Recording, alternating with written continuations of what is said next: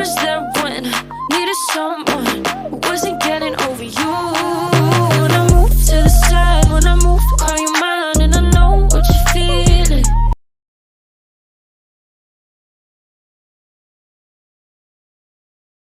Kata orang, karena beda mulut, beda cerita, beda baunya juga. Jadi stop. Ada yang kata mungkin malam ini belum sikat gigi, pasti beda baunya. Yang sudah sikat gigi bersyukur nggak apa-apa. Tapi jangan pernah dengar orang menilai orang dari apa kata orang. Karena kita tidak membangun orang dari prinsip kebenaran firman Tuhan, kita sedang bangun seseorang dari asumsi orang lain. Amin. Karena asumsi akan diikuti dari satu kata, spekulasi. Jadi stop hakimi orang. Amin.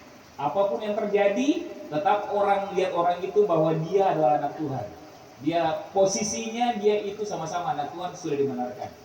Oke, malam ini saya akan berbicara mengenai prinsip membangun hubungan. Jadi kenapa hubungan itu penting? Karena to build relation itu menjadi satu gaya hidup buat kita. Hari-hari ini gereja terlalu sibuk membangun gereja sampai lupa membangun jemaat. Gereja terlalu sibuk bangun gereja sampai lupa membangun hubungan dengan sesama. Padahal firman Tuhan bilang apa? Dalam hukum kasih apa? Kasihilah sesamamu, kasih Tuhan Allahmu dengan segenap hati, akal budi dan kekuatan. Hukum yang kedua apa? Kasihilah apa? Sesamamu manusia sama seperti dirimu sendiri. Siapa sesamamu manusia? Tuhan ajar bukan orang-orang yang baik sama kita doang, Pak. Tapi apa sesama manusia? Orang Samaria, contoh. Musuh kita sesama manusia. Kita punya calon mertua yang cerewet pun sesama manusia. Sudah datang bicara, adik, kakak janji pangana, kakak terakan selingkuh, kakak setia pangana. Pokoknya gunung tabalik itu kakak naik. Pokoknya ngana saudara Pele dan Parang, kakak tetap maju. Kok malam ini kakak backup teribadah, ujang adik. Takut dihujat. Haleluya. Jangan pernah kasih Tuhan dengan kondisi, karena pernah ada Daniel dan teman-temannya itu mereka diperhadapkan dengan apa namanya ini tungku yang bernyala-nyala, dan mereka bilang sama Raja Nebukadnezar, kami tahu Allah kami bisa tolong kami, tapi kalaupun Allah kami tidak akan tolong kami sekali-kali tidak akan apa? Menyembah. Kalaupun kita datang malam ini dan hujan, harusnya kita bilang begini, ya hujan ini. Harusnya kita bilang begini, meskipun hujan ini tidak berhenti, saya tahu Tuhan bisa menghentikan hujan ini.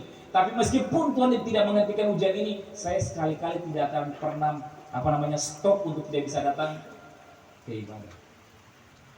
Amin. Karena jangan pernah kasih situasi sama Tuhan. Tuhan tuh sanggup mengubah situasi. Dia cuma melihat ketaatan kok. Ada yang baru di sini, ada yang baru datang. Selamat datang, saya Pendeta Rido. Oke, so kita mau bahas tentang membangun hubungan. Why to build relation ini penting? Karena kalau kita salah melihat, kita punya konsep kebenaran firman Tuhan. Kalau saya bicara prinsip itu, manusia terdiri atas tiga. Kehidupan manusia ini dipengaruhi oleh ketiga. Prinsip, nilai, asumsi. Prinsip itu sesuai dengan kebenaran firman Tuhan. Nilai itu adalah firman Tuhan yang dijadikan gaya hidup. Jangan pernah ambil firman lalu jadikan doktrin, Pak. Kita akan berpisah dari sini. Oh, saya tepuk tangan. Oh, kita tepuk tangan. Oh, kita orang Muhammadiyah. Kita bisa pakai yang goyang-goyang begini. Kita harus pakai yang ada ini. Itu semua doktrin aturan manusia. Tuhan menurunkan firman, manusia yang ambil firman bikin doktrin. Akhirnya terpecah. Harusnya ambil firman, jadikan nilai hidup, jadikan gaya hidup. Amin. Jangan pernah paksakan jadi doktrin. Karena yang namanya gereja setan yang sampai mereka cium perkosa, maksudnya saling melakukan hubungan seks waktu ibadah pun mereka punya firman Tuhan. Mereka pakai firman. Mereka cium sesama, mereka bilang cium kudus firman. Paksakan doktrin. Saya mau kasih tahu bahwa ada satu hamba Tuhan besar di Alkitab yang terjebak dengan doktrin, namanya Yunus. Dia punya ilmu hermeneutik itu berbeda dengan hermeneutik itu coba ilmu berkhotbah, cara berkhotbah. Paling banyak Firman nanti mengajarkan tentang bagaimana orang kenal Kristus. Tapi dia tidak. Dia pikir Niniwe tidak boleh bertobat. Aneh kan? Ketika dia bilang bahwa diutus ke Niniwe, dia terdatang, dia lari pergi mengayal, jadi bye-bye kalau Tuhan lagi panggil dia mengayal. Ya jangan. Nanti Tuhan suruh ikan besar datang, bukan ikan paus. Ada ikan lebih besar. Jadi Tuhan kasih makan dia. Dan anehnya ketika dia diutus ke sana, dia pikir begini. Lalu dia beritakan Injil ke orang Niniwe. Kalian kalau tidak bertobat, nanti Tuhan akan tunggang balikan kalian. Lalu mereka bilang begini, bahaya ini kita. Dia tuh maunya Niniwe itu dihancurkan. Aneh enggak? Ada pendeta yang begitu, ada hamba Tuhan yang begitu. Tuhan suruh selamatkan orang Niniwe, baru dia mau pengen supaya Niniwe mati. Pernah baca cerita Yunus kan? Sampai dia meraju. Kita mau ibadah lagi. Siapa? Dong tuh kita usul dong termau terima, termus ibadah. kita apa namanya ini persembahan tidak pernah baca. Siapa kita masuk ke sana? Dong lebih suka terkenal. Dong lebih suka kalau misalnya dorang punya apa namanya itu apa? Persembahan, ada satu apa persembahan harga sekian dari Bapak NN apa Nuna Nano. Buat apa terkenal sekarang tapi tidak terkenal pada saat hari penghakiman terakhir, Pak Bu? Buat apa? Kita mau cari viral apa? Hello? Ada konsep yang salah yang selama ini kita berpikir bahwa kita pengen terkenal di sini, tapi Tuhan tidak kenal kita. Jangan sampai Matius 7 ayat 21, bukan orang yang teriak Tuhan yang akan masuk dalam kerajaan surga, Pak. Tapi apa? Melakukan kehendak Pak. Cari kehendak Tuhan, bukan kehendak kita. Kehendak Tuhan itu kehendak Tuhan, bukan kehendak kita. Rancangan Tuhan itu rancangan Tuhan, bukan rancangan kita. Tapi yang saya tahu bahwa rancangan Tuhan selalu yang terindah, amin. Tidak mendatangkan kecelakaan. Meskipun kelihatannya kayak celaka saya ini, enggak. Tuhan ada di sana. Sampai mereka sengaja buang sampai dalam buah singa sekalipun, Tuhan bilang badian. Waktu buah singa mau gigi, Tuhan malaikat bilang, Om Daniel, dia bermain di singa, dia bikin kayak singa kayak anjing, ada begitu. Singa, tiba-tiba jadi singa suara anjing. Itu edisi yang Daniel rasakan malam itu. Sampai dia menyebut, jadi saya berpikir, kok bisa ya singa tuh main-main kayak dia begitu. Dia tidak tahu kalau Tuhan tuh bisa mengubahkan segala sesuatu. Amin. Tidak ada hal yang sulit bagi Tuhan? Tidak ada kan? Tidak ada hal yang sulit bagi Tuhan. Kenapa penting bangun hubungan? Oke, kita buka dulu ya. Kurang lebih 10 menit lah kita akan baca ini. Cielah. Oke, prinsip membangun hubungan. Kita buka di Kejadian 5 ayatnya yang ke 22.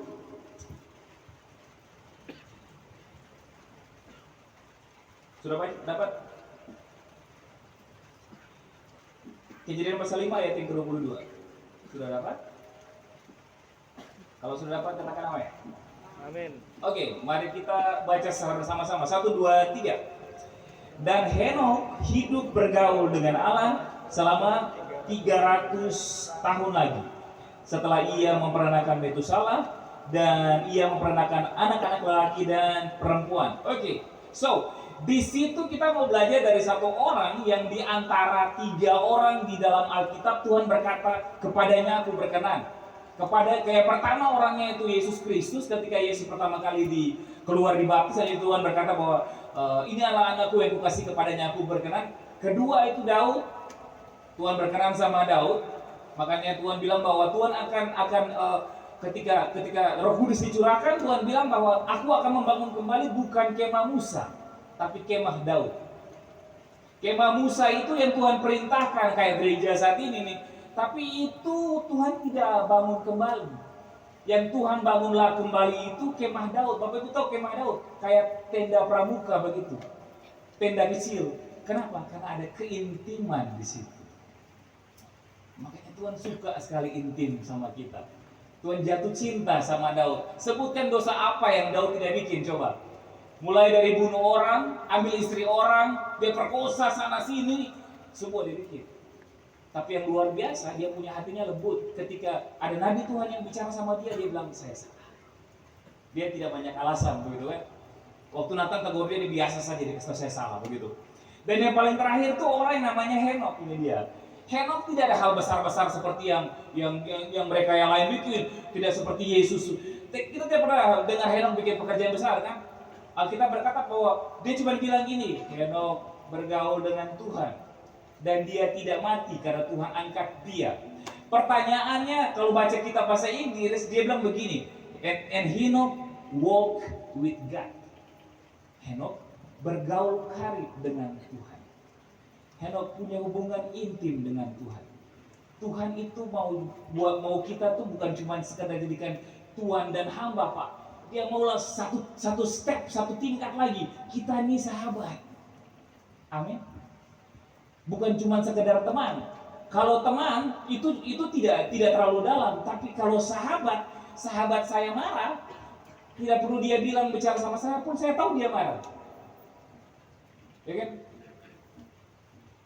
Kalau misalnya kita berteman, Cila, sahabat nih, saya sama siapa bro? Ya, Andrew. Saya sama Andrew berteman lama. Kita pertama kenal pertama kenalan mungkin cuma sekedar beberapa hari, tiba-tiba lewat waktu badai, pokoknya semuanya waktu lah Mbak ya, kamu menjadi persahabatan. 25 tahun lah anggap persahabatan kita. Sudah dekat sekali kan 25 tahun. Begini, biasa ketemu Andrew pasti ketemu, "Woi bro, apa kabar? Woi, di mana?" Begitu ketemu dan dia lagi marah sama saya. "Woi bro, apa kabar?" Dia tanpa dia ngomong saya tahu dia marah sama saya, ada yang salah sama saya. Why? Kenapa sampai begitu? Karena ada keintiman, ada persahabatan tadi. Amin. Dan apa yang tidak diperlukan dalam persahabatan? Formalitas. Yang tidak diperlukan dalam persahabatan itu formalitas. Terkadang kita kalau doa kan formalitas banget gitu kan. Mari kita berdoa Bapak Ibu.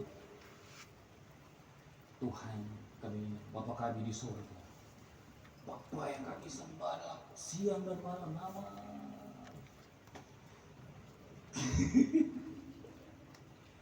Jujur saya dulu Pak, obat yang paling luar biasa waktu ibadah itu doa syafaat. Saya kecil opa saya itu pendiri GPM di Tidore. Jadi kami bertumbuh di situ, and then doa yang maksudnya tempat yang waktu yang paling enak di ibadah tuh cuma waktu saat doa syafaat. Karena waktu doa syafaat kan semua tidur, sadar. Amin. Sebagi-bagi kue. Karena waktu dulu kan doa syafaat lama kan. Tuhan kami berdoa buat saudara-saudara kami yang membanting tulang siang dan malam sebagai banting tulang patah-patah. Aduh.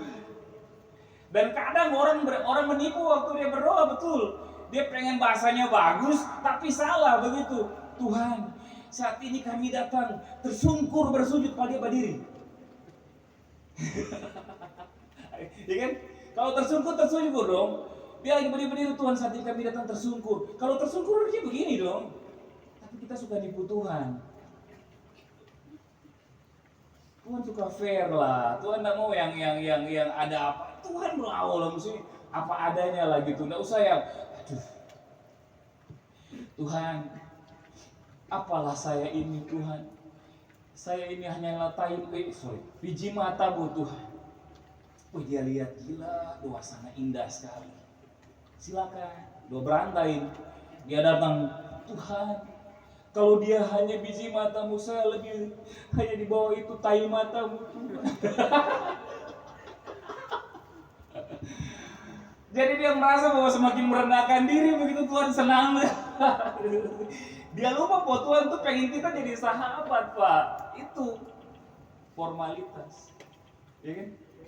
Kan kalau saya datang sudah 20 tahun berteman, sudah saling kenal begitu, atau sama Pak Jili kita sudah saling kenal lagi sih ya. Saya waktu ketemu Pak Jili misalnya mau minta Pak Jil pulang bisa antar saya begitu kan Ci. Maksudnya sebentar nanti kalau antar polisi.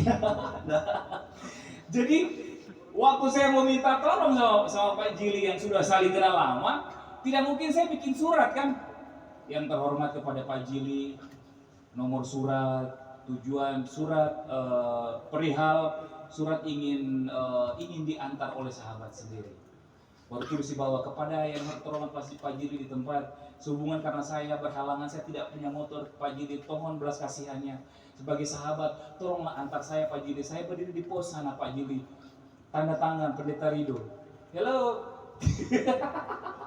Kaku sekali begitu. Tuhan tuh pengen yang, kalau Tuhan pengen sama kita tuh kayak sahabat. Mana sih? Tahu kan sahabat beberapa? Woi. Saya tidak setuju kalau baru-baru dulu ada, makanya lalu waktu ada demo-demo di Papua ya mereka bilang mereka tersinggung karena ada sebutan kata monyet waktu itu kan. Saya ngomong sama mereka waktu itu, saya bilang begini, orang Papua sebenarnya perlu tersinggung waktu dibilang monyet dong. Karena orang Papua di sana kalau ketemu sama mereka, sesama mereka nih, woi anjing, woi babi, bagaimana kabar? Kenapa sekarang dibilang ada yang marah dan dibilang karena mereka kesal sama orang lain, mereka tersinggung? Padahal tiap hari sebut orang anjing dan babi tidak tersinggung. Ada yang salah dengan pola pikir.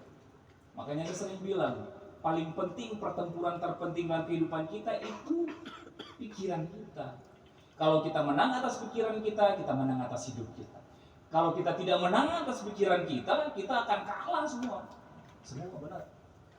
Makanya rubah terus setiap hari, rubah terus. Karena pergerakan Tuhan itu baru Pak. Hari-hari ini juga ada beberapa gereja sekarang yang kami lagi bangun pemuridan, kelas pemuridan sudah di GBI Weda kemarin sudah 2 angkatan ini. Kemudian saya memuridkan juga ada ada gereja di Smelter Chase gitu. Ada banyak yang mereka sebenarnya lagi haus. Why? Kita butuh kesana dan sampaikan bahwa hasil punya orang-orang yang Tuhan bisa pakai untuk merubah pola pikir mereka, mengerti kebenaran. Amin. Harusnya seperti itu. Oke. Nah, Henok dia bergaul karib dengan Tuhan. Dia punya hubungan yang intim dengan Tuhan. Apa dampak dari hubungan dari hubungan? Yang pertama, dampak dari hubungan itu menimbulkan otoritas.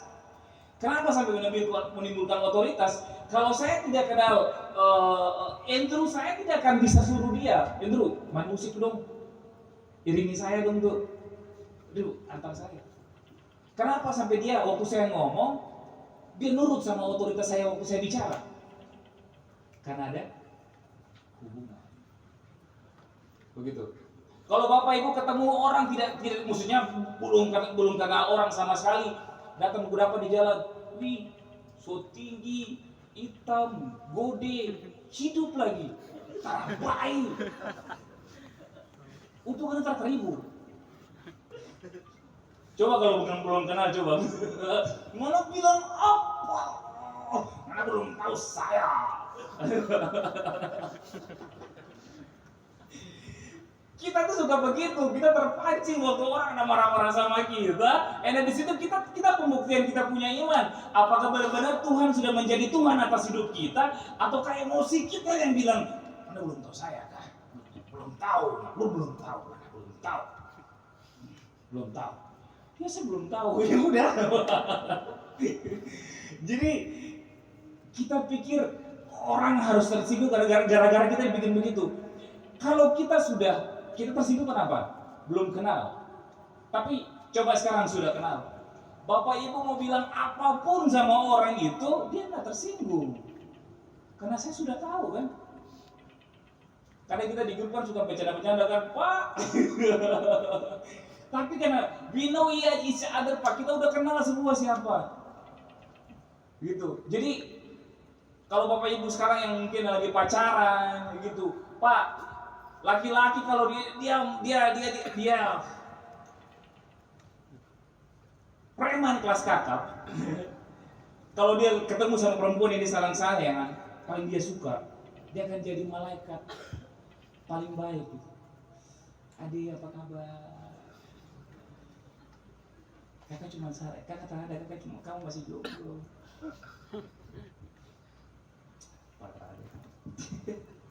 Oke, itu menimbulkan otoritas. Yang kedua, akibat dari hubungan menciptakan kekariban. Kita buka di Mazmur pasal 25 ayat yang ke-14. Hubungan menciptakan kekariban. Mazmur 25 ayat yang ke-14. Sudah dapat? Mazmur 25 ayat yang ke-14. Mari kita buka. Oke. 1, 2, 3 kita baca. Tuhan bergaul karib dengan orang yang takut akan Dia, dan perjanjiannya apa? Diberitahukan kepada mereka. Jadi dia bilang begini, kalau mau perjanjiannya Tuhan kasih tahu sama kita, bergaul karib sama Dia. Bahkan dia bilang begini, kekariban itu inisiatif Tuhan yang bangun, bukan kita. Yang penting kita takut sama Dia. Pak, jangan pernah cari anak Tuhan. Cari anak yang takut akan Tuhan. Karena banyak anak Tuhan tapi belum takut akan Tuhan. Amin. Ada banyak anak Tuhan tapi tidak takut untuk korupsi. Ada banyak anak Tuhan tapi tidak takut untuk curi barangnya orang. Ada banyak anak Tuhan tapi dia pacaran kiri kanan. Dia tidak setia sama satu orang. Cari yang takut akan Tuhan. Orang yang punya roh takut akan Tuhan tuh dia bukan begini. Saya takut Tuhan semua datang. Kita takut keluar. Kemarin di Weda ada satu orang saya dapat, dia kerja di sini juga sih. I don't know. Saya nggak tahu kenapa tiba-tiba begitu jadi kayak orang aneh gitu. Pak Pendeta, iya saya lihat Pak Pendeta.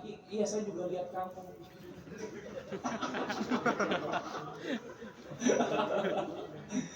Kayaknya Pak Pendeta punya penglihatan. Iya, saya punya penglihatan sudah 4 sekarang.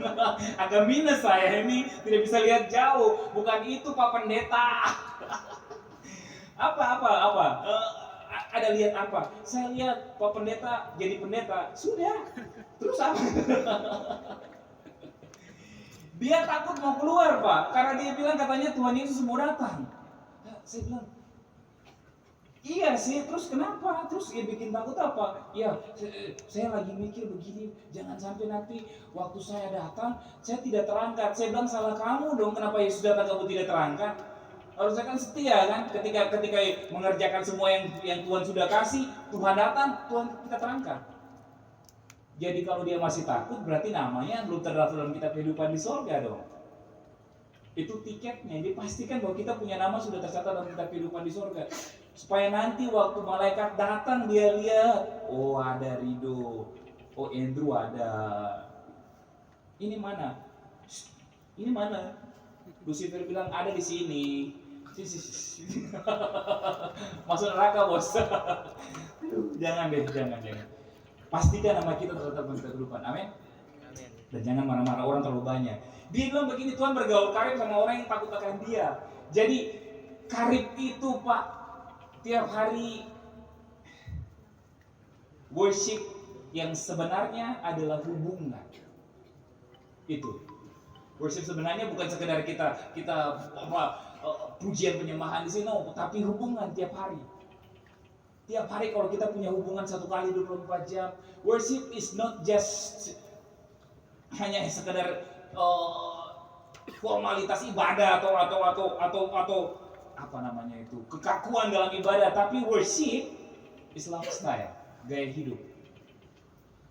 Ketika pekerjaan kita memuliakan Tuhan, itu penyembahan. Ketika hubungan kita memuliakan Tuhan, itu penyembahan. Ketika kita punya pekerjaan, kita sertakan Tuhan semua di sana dan orang lihat Tuhan di sana, itu worship. Amin. So, yang paling terakhir, hubungan intim dengan Tuhan bisa merubah keputusan Tuhan. Kita buka di ayat Kejadian 18 ayat 16 dan 33. Kadang kan kalau Tuhan sudah final, sudah bikin keputusan A, nggak bisa. Karena kita kita ciptaan harus dengar pencipta. Nggak ada ceritanya ciptaan atau pencipta. Tuhan bilang setia sama satu orang, tapi kita malah saya sama yang lain tidak apa-apa kan, biar dua bawa bekal Pak. Nanti kalau satu tak jadi ya satu saja. Haleluya. Kita buka di Kejadian pasal 18 ayat 16. Ini ketika ada satu orang manusia yang Tuhan sudah marah banget sama orang ini, tapi Tuhan bisa sempat dulu, tapi tidak masuk dia punya kuota. Mari kita buka. Ini cerita waktu Abraham sedang tawar-menawar sama Tuhan tentang Sodom dan Gomora. Tahu Sodom dan Gomora kan? Itu pusat kejahatan dan Tuhan paling murka, semua ada di sana di situ. Tapi di sana ada siapa? Lot. Abraham punya ponakan sama istrinya, ya kan? Jadi Lot, istrinya sama anaknya 2 kan? Mereka ada 4 orang. Oke. Kita baca 1, 2, 3. Lalu berangkatlah orang-orang itu dari situ dan memandang ke arah Sodom. Dan Abraham berjalan bersama-sama dengan mereka untuk mengantarkan mereka. Berpikirlah Tuhan, apakah aku akan memberikannya kepada Abraham dan apa yang hendak kulakukan ini? Jadi ini ceritanya Tuhan malaikat Tuhan jalan lalu ketemu dengan Abraham. Bukankah sesungguhnya Abraham akan menjadi bangsa yang besar serta berkuasa dan segala bangsa di bumi akan mendapat berkat. Sebab aku telah memilih dia supaya diperintahkan kepada anak-anaknya dan kepada keturunannya supaya tetap hidup keturunannya menurut jalan yang ditunjukkan Tuhan. Jalan yang ditunjukkan dengan melakukan kebenaran dan keadilan, dan supaya Tuhan memenuhi kepada Abraham apa yang dijanjikannya kepadanya. Sesudah itu ia berfirman kepada Tuhan, sesungguhnya banyak keluh kesah orang tentang Sodom dan Gomora, sesungguhnya sangat berat dosanya. Baiklah aku turun melihat apakah benar-benar mereka telah berkelakuan seperti keluh kesah orang yang telah sampai kepadaku, dan aku tidak hendak mengetahuinya. Karena ada banyak orang yang berdoa ngadu sama Tuhan bahwa Sodom dan Gomora sudah parah. Lalu berpaling orang-orang itu dari situ dan berjalan kepada Sodom dan Gomora, tetapi Abraham masih berdiri di situ di hadapan Tuhan. Dan Abraham mendekat dan berkata kepada mereka, apakah engkau akan menyiapkan orang benar bersama-sama dengan orang fasik? Ini Tuhan lagi bicara, Abraham lagi bicara sama malaikat Tuhan. Lalu dia tawar, bagaimana sekiranya ada 50 orang benar di kota itu? Apakah engkau akan melenyapkan dan tidakkah engkau mengampuni karena ke-50 orang benar di dalam itu? Lalu Abraham bilang lagi, jauhlah kiranya daripadamu untuk berbuat demikian, membunuh orang-orang benar bersama-sama dengan orang fasik, sebab orang benar itu seolah-olah sama dengan orang fasik. Jauhlah kiranya yang hendak daripadamu. Masa ini yang Abraham bilang sama Tuhan, dia tawar sama Tuhan. Masakan hakim segenap bumi dan tidak menghukum dengan adil? Tuhan berfirman, jika kudapati 50 orang benar dalam Sodom, dia bilang apa? Aku akan mengampuni seluruh tempat itu. Karena mereka, Abraham menyahutnya, sesungguhnya, itu bayangkan, Tuhan sudah menghukum Sodom dan Gomora, tapi tiba-tiba dia tawar, dia ubah sedikit keputusannya. Tuhan Abraham bilang, masa mau bunuh semua orang benar juga di sana? Lalu kan Abraham bilang, kalau ada 50 orang bagaimana? Tuhan bilang, saya tidak akan bunuh, saya tidak akan tunggang balikan Sodom dan Gomora gara-gara 50 orang benar itu. Lalu dia bilang begini, dia tawar lagi,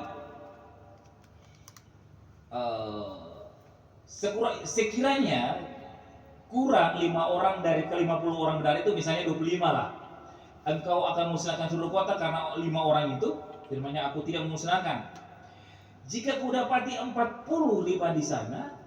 Lalu Abraham melanjutkan perkataannya, sekiranya 40 didapati di sana, firman-Nya, aku tidak akan berbuat demikian. Bayangkan, dari 50 dia turun lagi 45. Katanya, janganlah kiranya Tuhan murka kepadaku. Aku berkata sekali lagi, sekiranya 30 Tuhan. Wow, siapa sih manusia kok bisa tawar-menawar begini? Dan firman Tuhan, aku tidak akan memisahkan Sodom dan Gomora itu karena 20 orang itu.